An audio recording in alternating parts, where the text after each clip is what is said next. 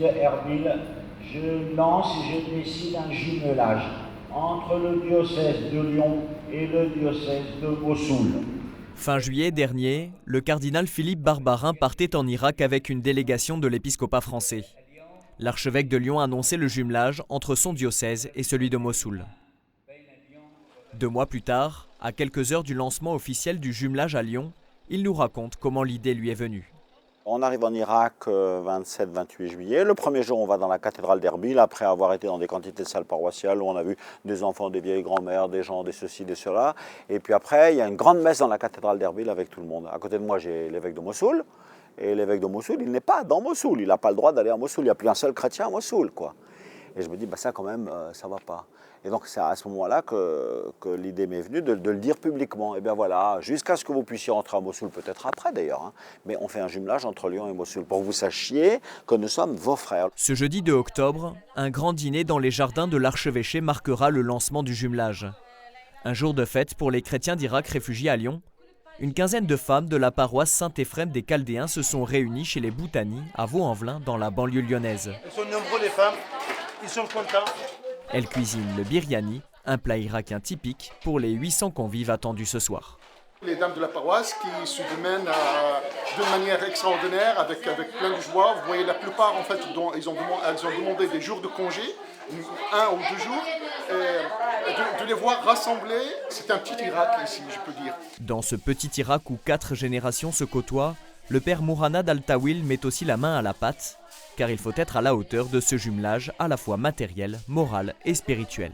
Quand on est pourchassé, quand on est dépouillé de tous nos biens, parce que les chrétiens de Mossoul, même leurs cartes d'identité ont été retirées d'eux, leurs montres, leurs bagues, leurs médicaments, ils sont partis sans rien du tout. Alors qu'est-ce qu'il en reste? Il ne restait que leur foi. C'est pourquoi le jumelage est fait pour que si jamais les chrétiens d'Irak négligent ou oublient ou par fatigue, par révolte peut-être, ils cessent de prier.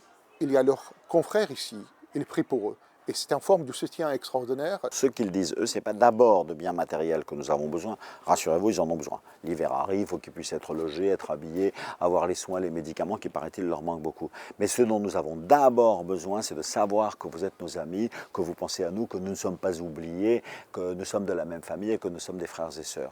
Donc dans ce jumelage, vous avez une dimension affective, fraternelle, psychologique, sociale, vous voyez ce que je veux dire. Et puis après, avec ces 2 grands aspects qui sont inséparables l'un de l'autre, qui est le spirituel et le matériel.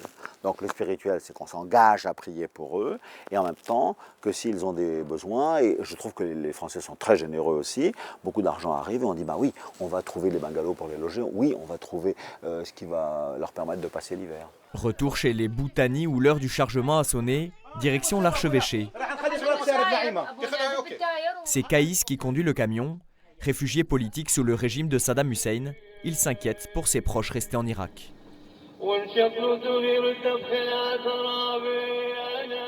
C'est pas facile qu'on quitte notre pays. C'est pas facile. Parce que moi j'ai quitté mon pays. J'ai laissé derrière moi des frères, 12 sœurs, ma famille qui m'approche. Et maintenant, ça fait 20 ans que je suis là. Et maintenant, c'est moi je demande qui reste pas là-bas, qui quitte, qui part. Très, très dangereux. Des paroles remplies d'inquiétude qui traduisent le sentiment général des réfugiés, et pourtant la présence des chrétiens en Irak et dans tout le Moyen-Orient demeure essentielle. C'est une hémorragie qui touche l'Église au Moyen-Orient. Quand les chrétiens partent, c'est une hémorragie de l'Église. C'est une hémorragie de la société, mais c'est une hémorragie également du corps de l'Église même. C'est pourquoi l'Église ne cesse de dire ou de souligner l'importance de rester sur notre terre d'origine.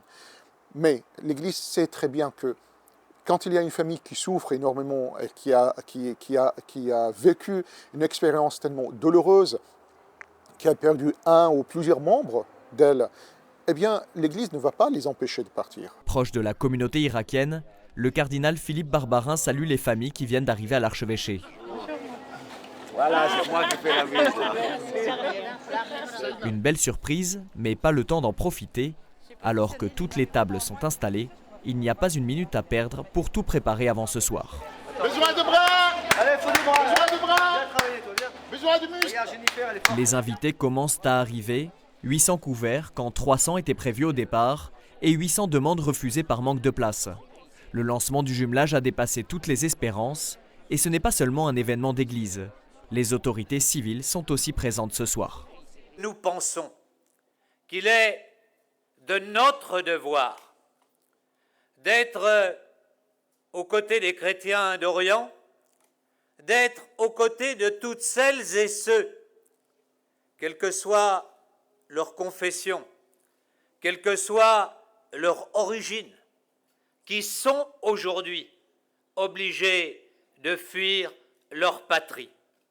On a l'impression que c'est toute une société, église et politique et entreprise et tout ça, et aussi les gens les plus simples qui disent on peut faire un jumelage familial, on peut prier le soir à la maison, on peut envoyer une photo de notre famille. Enfin, il y a quelque chose de beau où le matériel n'est pas plus important que le spirituel, qui n'est pas plus important que le familial, le social ou le psychologique. On est des hommes tout entiers, comme il dit, quoi. Ça se sépare pas en tranches. Après avoir reçu la délégation française cet été, le patriarche des Chaldéens Louis-Raphaël Sako est l'invité d'honneur ce soir, une proximité qui doit aussi se vivre dans le jumelage. Ce jumelage-là veut dire se mettre dans la peau de l'autre. Donc c'est une incorporation, disons.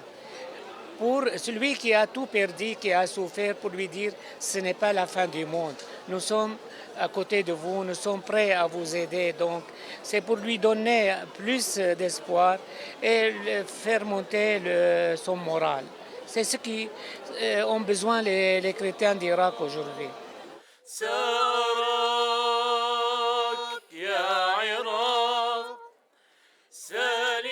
Le jumelage Lyon-Mossoul veut soutenir et encourager les chrétiens d'Irak à demeurer sur leur terre, berceau du christianisme, et à accueillir ceux qui fuient dans des conditions dignes. Il permettra aussi aux Français de s'engager dans des actions concrètes en faveur des chrétiens d'Irak. باسطا يدك باسطا